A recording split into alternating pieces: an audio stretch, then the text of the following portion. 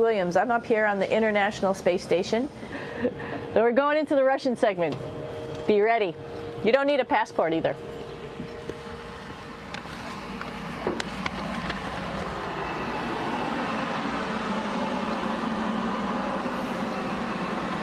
It goes a lot farther back than this. We'll go take a trip and say hello to the boys down there in just a minute. But let's do that first, actually, and then we'll go down to the Soyuz at the very end. This is Yevgeny. Hi. Doing a little tour.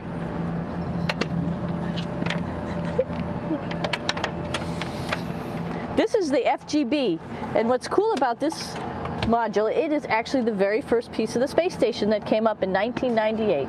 The space station has been around for about now manned for 12 years, but it's been up in space for about 14 years. And this was the very first. It is like the Russians' PMM. It has a lot of storage, as you can see.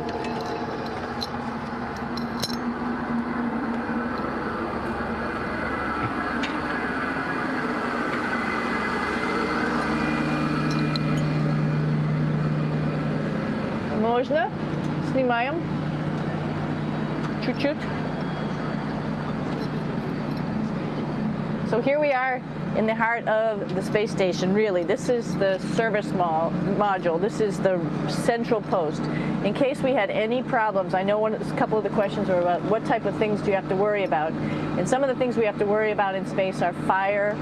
If we had a fire, if we had a depressurization, like we were hit by a micrometeorite and it made a hole, or if we had some type of toxic atmosphere. We use ammonia for our radiator, so there is a possibility that ammonia could come into the vehicle, and then it would be bad for all of us.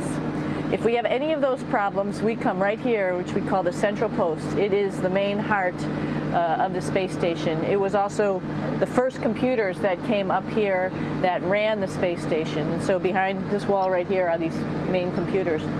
So we gather here as a group of 3 or 6 and then figure out how we're going to either fight the fire, patch the hole, or solve the toxic spill. And what's cool about this module, of course, it's the central post. It also has great windows right down toward Earth. It has controls to fly in visiting spacecraft if they need some assistance right here. It has Russian computers as well as American computers to help us control anything we need to on the space station. It's a couple of our crewmates back there, Oleg Novinsky on the right and Yuri Malenchenko on the left. And there's also a second bathroom here, which is really cool because 6 of us going to one bathroom is really tough. And so there's one bathroom here and one bathroom on the other side where I showed you.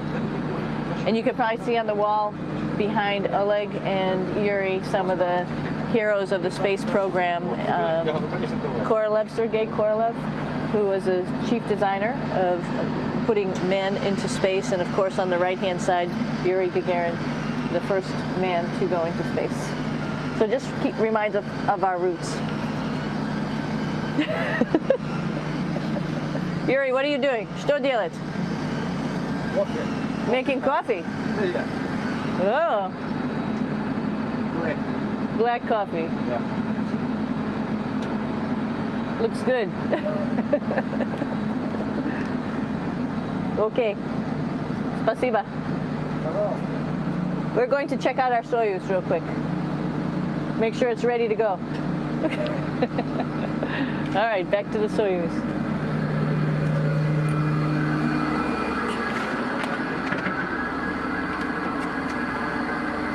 I'm going to stop here just for a quick second. You can see on the Russian spacecraft there's also other modules that stick out, down, and above.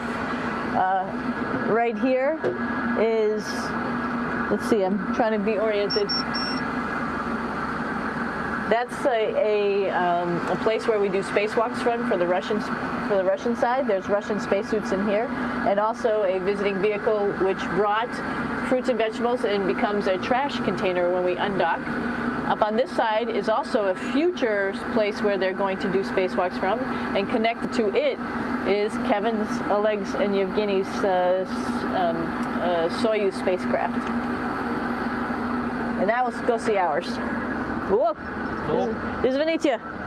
No problem. Это пробка.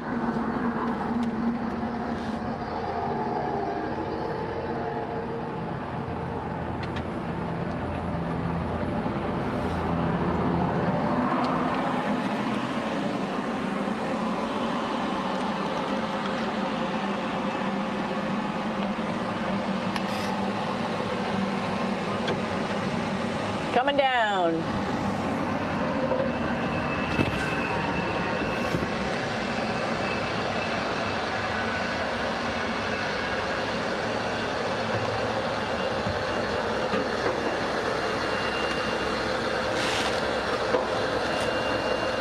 It's a little tricky getting in here.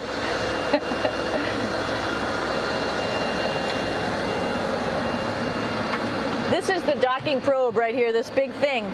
This helps us connect to the spacecraft. This probe actually sticks into this cone, and that's how the spacecraft, our Soyuz, becomes connected to the ISS initially. That is then replaced by clamps, which are around here, that will allow the two spacecraft to be stuck together. And then you can remove the probe and the cone.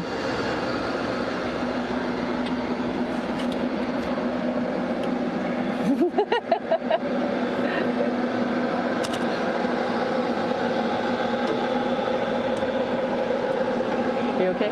All right, so here we are in the Soyuz. This is what we call the BEO, the living compartment, bytovoy otsek in Russian. It also has a little bathroom. It's not as good as the other bathrooms, so we try not to use it too much. It has drinking water in it if we need something to drink. And then, of course, it's filled up with a lot of cargo for us. Bringing up and also bringing back down. It has a second purpose when it comes back to Earth. It serves as a garbage container. During the descent, we'll get rid of this area right here, and everything that's in it will just burn up as it's coming into the atmosphere, so that way we can get rid of a little bit of trash. But the main area where we were on launch and where we're going to be on descent is down here, because we're not part of the trash. So we're in a safe place. So we're in the descent module, SA.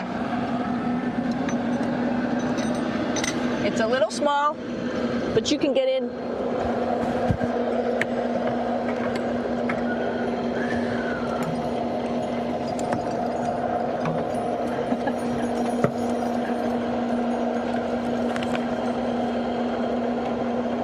Not sure how well you could see in here. Hold on for a second. I'm going to turn it up this way, just so you could see the hatch and you could see Kevin. It's a little bit small, but we'll come in and show you around.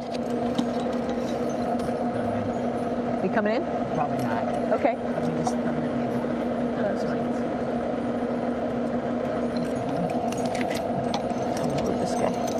Got to move a couple things. We were just starting to get ready. We're preparing a couple days ago for our ride home. It's a little bit squishy, but everybody asks, how do you sit in the Soyuz? And you sort of sit in your seat like this. The seat is molded to your body, and so you can just sort of squish in here and be pretty relaxed. Everybody has a handmade seat for them. And then, of course, there's a control panel, and that's where we do most of our actions and work right here. There's hand controllers, which you can fly the vehicle with, and there's a stick right here, primarily used for communications when we're trying to talk to the ground. So 3 of us fit in here. Like I said, it's a little squishy, but somehow it seems like we all managed to get in here and fit pretty well, and it's a pretty safe ride home. You're probably wondering, what's all this junk behind us? Well, it's all of our parachute, first of all, and then it's all of our survival gear, just in case we end up landing in some strange place on the planet and nobody's there to rescue us right away. We have all sorts of survival gear with us, keeping us safe in here. So they've pretty much thought of everything. And we'll be home on the planet within the next 12 hours. Pretty shocking.